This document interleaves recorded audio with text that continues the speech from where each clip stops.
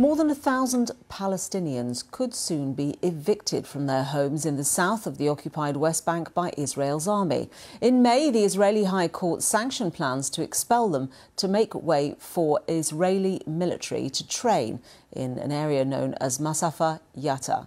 UN experts have warned Israel that if it goes ahead with the mass eviction, it could amount to a war crime. Our Middle East correspondent Yolande Knell has been to Masafer Yatta. You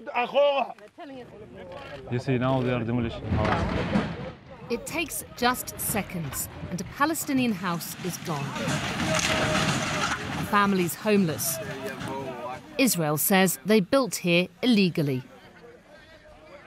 Abu Muhammad had pleaded with the Israeli soldiers and police to stop. The family that was living in this house, Abu Muhammad's relatives, they don't even know that their house has been demolished because they were away at a wedding. No one's been able to call them and get in touch.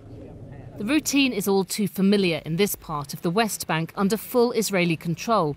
It's virtually impossible for Palestinians to get a building permit here, so most people build without them. Out, all, like, come. We realise today's demolitions aren't yet over. So we've raced up to the top of this hill, really breathless because the roads have been closed off. And you can see here it's animal pens that are being demolished. There's a big flock of sheep just over there. There are scuffles with anti-demolition activists who are threatened with arrest. Everything's going to be confiscated so that the shepherds can't easily rebuild. And just look how many security forces there are up here keeping us all back.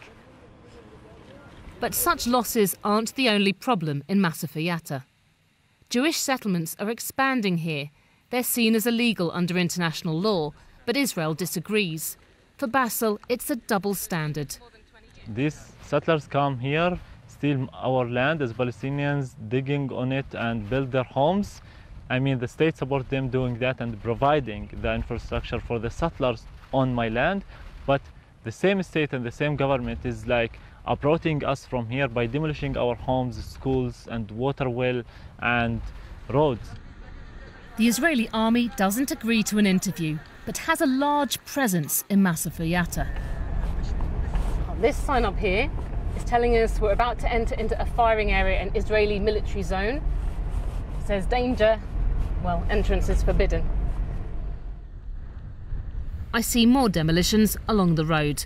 Israel's Supreme Court recently ruled that this army training area was legal.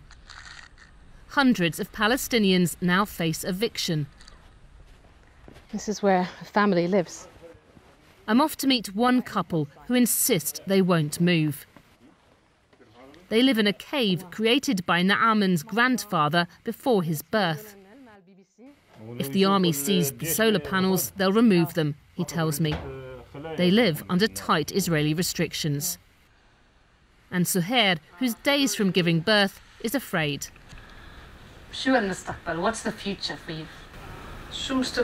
What future, she says. We're living in fear. We have no future, nothing. If Israel's mass eviction goes ahead, it will be one of the biggest in the West Bank in decades. The international community's warned against it, but for those trying to stay here, that's little help. Yolande Knell, BBC News, Masafer Yatta. Now let's get